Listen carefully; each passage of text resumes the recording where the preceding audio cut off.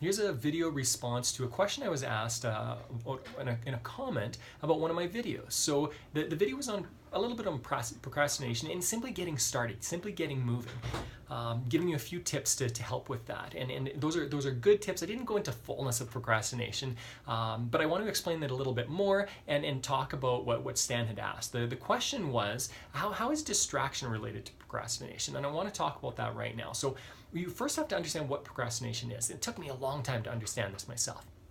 What procrastination is when you feel emotionally overwhelmed, you're doing something to escape it. Really what procrastination is about our own addictions. And I'll share with you two addictions that I've had. One addiction that I had for a really long time was escaping to another country. So I lived in Sweden, I lived in China, I lived in Austria, I lived in other places and traveled a lot, and that was a way of distracting myself from feeling emotionally overwhelmed in North America. When you feel emotionally overwhelmed, there are a number of ways to deal with it, but two main ways to deal with it. One is you can escape it, to avoid it. And that's what procrastination is. It's distracting yourself in a way so that you can avoid the feelings of being overwhelmed. That can be TV, that can be like what people consider more serious addictions, like gambling or alcoholism or cocaine or crack or whatever it is. But it can also be other things. Here's another addiction that I still struggle with all the time, and that is sugar. When I feel emotionally overwhelmed, my wife knows right away because I'm looking for sugar. We don't have a lot of sugar in our house that's one of the reasons. But when I'm looking for sugar, my wife can ask me right away, "Hey Mark, what's going on? Are you stressed about something? What's going on?" Notice the pattern that you have, and that's first with distraction. Notice how you are distracting yourself.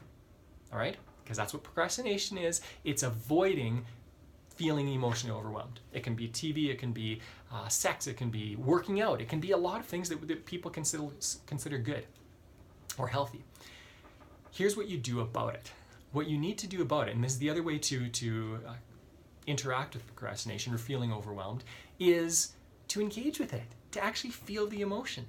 Here's the crazy thing, it's kind of like monsters under the bed. When you shine a flashlight under the bed, when you turn the lights on, the monsters disappear. And in the same way, when you feel emotionally overwhelmed, and this is a skill that you're not going to learn in 5 minutes. It's not as simple as turning on a light, okay? It's called mindfulness. And I'll actually pull a good book off my shelf to help you with that. But if you're feeling emotionally overwhelmed, the secret to shining the light on the monster is to actually feel the emotion, to experience the emotion. Not to get lost in it, not to let it take you away, but to notice what's happening in you in the moment, to notice how it's making you feel. So physically, where do you notice it? If you're feeling stress, do you feel it in your throat? Do you feel it in your shoulders? Do you feel it in your chest, in your stomach? Wherever you feel it, notice that. Once you notice it, ask yourself how it's affecting you in the moment, not how it's going to affect you tomorrow or run away on you. Simply notice it, okay? Here's a book. This is a fantastic book on it, and written by a few authors here, the Mindful Way Workbook.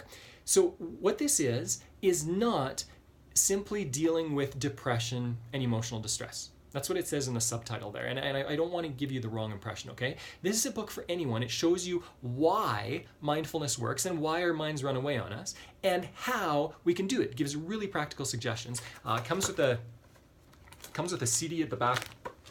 It allows you to do some work on your own, some guided meditations. Mindfulness is for anyone. Anyone.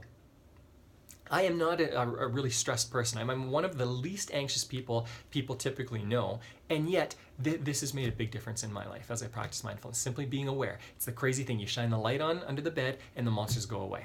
That's my basic way of understanding it, okay? When you become more aware, when you engage with your emotions rather than running away from them, you start to experience freedom from feeling overwhelmed. All right? So ask more questions. Feel free to comment on this. Feel free to ask questions on any of my videos. I'm happy to answer them. I'm happy to post more on this for you, all right? Enjoy the day.